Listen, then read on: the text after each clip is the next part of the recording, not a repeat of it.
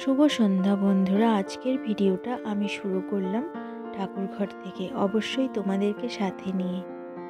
আজকে সন্ধেবেলার একটি ছোট্ট ভিডিও তোমাদের সাথে শেয়ার করছি। তোমরা দেখতে থাকো ভিডিওটা আর আমার পাশে থেকো। এখন রিজু যাবে টিউশন পড়তে, ও রেডি হচ্ছে পাশের ঘরে, আর আমি সন্ধে প্রদীপ দিয়েছি একটু আগেই। চলো এবার দেখি রিজু কি করছে।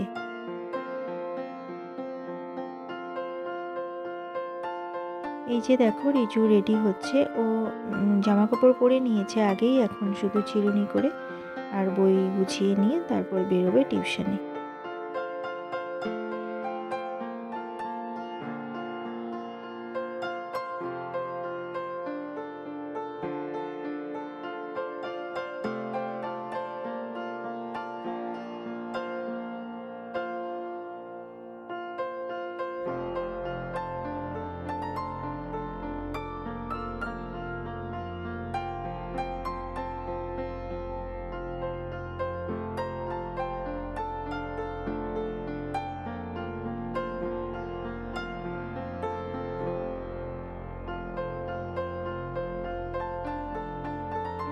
রিজু টিউশন পড়তে চলে গেল আর আমি চলে এলাম ঘরে। ঘরে এসে সোজা চলে এসেছি রান্নাঘরে, কারণ এখন আমাকে রান্না করতে হবে।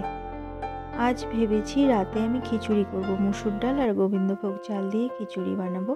এই দেখো আমি চাল আর ডাল ধুয়ে এখানে রেখে দিয়েছি, কিন্তু পরিমাণটা না অনেকটা বেশি হয়ে গেছে। এখান থেকে আমি কিছুটা রান্না করব আর কিছুটা ফ্রিজে রেখে দেবো, অন্য সময় করে নেব।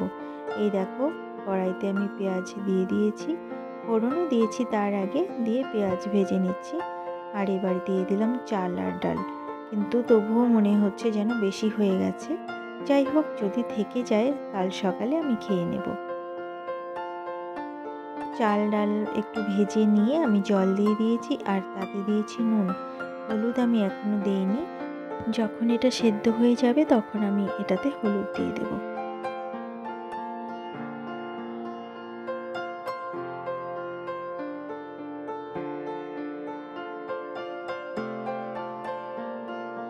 চাল ডাল সেদ্ধ হয়ে গেছে, দেখো এবার আমি হলুদ দিয়ে দিলাম, আর কাঁচা লঙ্কা কিন্তু আমি আগেই দিয়ে দিয়েছি। এখন আমি এটাতে একটু জিরে গুঁড়ো দিয়ে দেবো, আর নামানোর আগে দিয়ে দেবো গরম মশলা। আদা কিন্তু আমি আগেই দিয়ে দিয়েছি।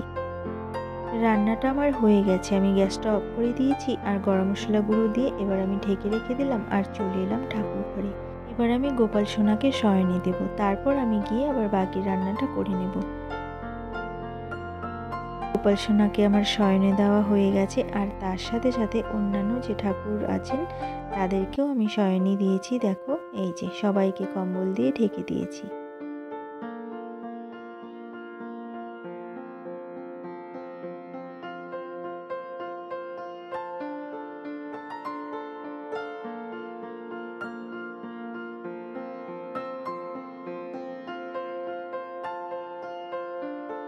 এবার আমি ঠাকুর ঘরটা বন্ধ করে দিলাম আর একটু ফাঁকা করে রেখে দিলাম, কারণ ঠাকুর ঘরের ভেতরে এখনও ধূপকাঠি জ্বলছে। ওই যে দেখতে পাচ্ছ এখনও ধূপকাঠি জ্বলছে, তাই আমি ঠাকুর ঘরের পর্দাটা একদম বন্ধ করলাম না। ধূপকাঠিটা পুরো শেষ হয়ে যাবে তারপর আমি বন্ধ করে দেব।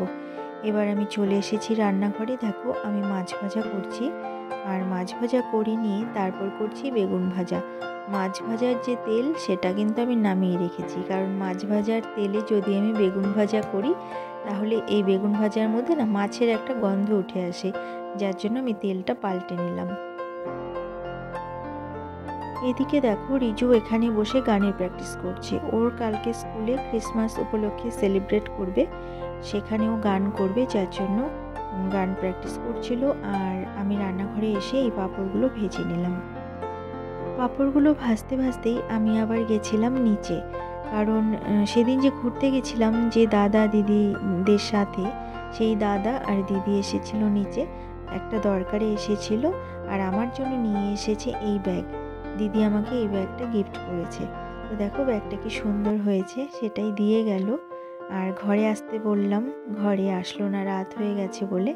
দেখো ব্যাগটা কি সুন্দর, এটা পিঠে নেওয়ার একটা প্যারাশুট কাপড়ের ব্যাগ, বেশ সুন্দর ব্যাগটা। আমরা আবার চলে এসেছি রান্নাঘরে, কারণ এখন আমরা খাবো রাতের খাবার। আর রাতের খাবারে আমাদের আজকে হয়েছে খিচুড়ি, পাঁপড় ভাজা, মাছ ভাজা আর তার সাথে আছে বেগুন ভাজা।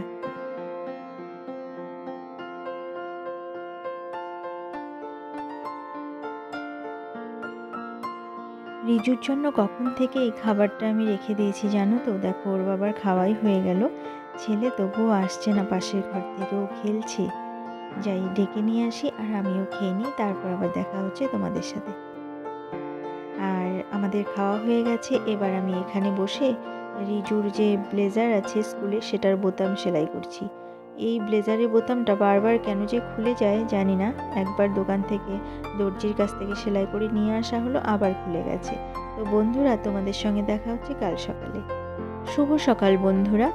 দেখো রিজু এখন যাচ্ছে স্কুলে। ওদের স্কুলে আজকে ক্রিসমাস উপলক্ষে সেলিব্রেট করা হবে, যার জন্য সকাল সকাল যাচ্ছে স্কুলে। ওর গান আছে, ওই দেখো গাড়ি এসেছে, ওর বাবা ওকে তুলে দিতে গেল গাড়িতে।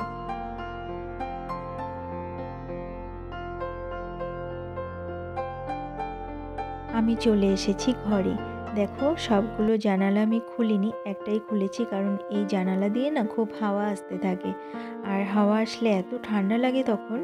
তো একটা জানালাই খুলে দেওয়া হয়েছে। আর আকাশটা দেখো কত পরিষ্কার, একদম চকচকে রোদ। দেখতে কি ভালো লাগছে তাই না আকাশটা।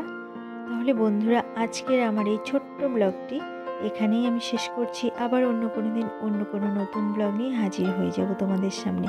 ততক্ষণের জন্য তোমরা ভালো থেকো, সুস্থ থেকো আর হাসি খুশি থেকো। আর আমার এই ছোট্ট ব্লগটি যদি তোমাদের ভালো লেগে থাকে তাহলে একটা লাইক করে দিও। আজকের মতো এখানেই আসছি, ভালো থেকো তোমরা সবাই।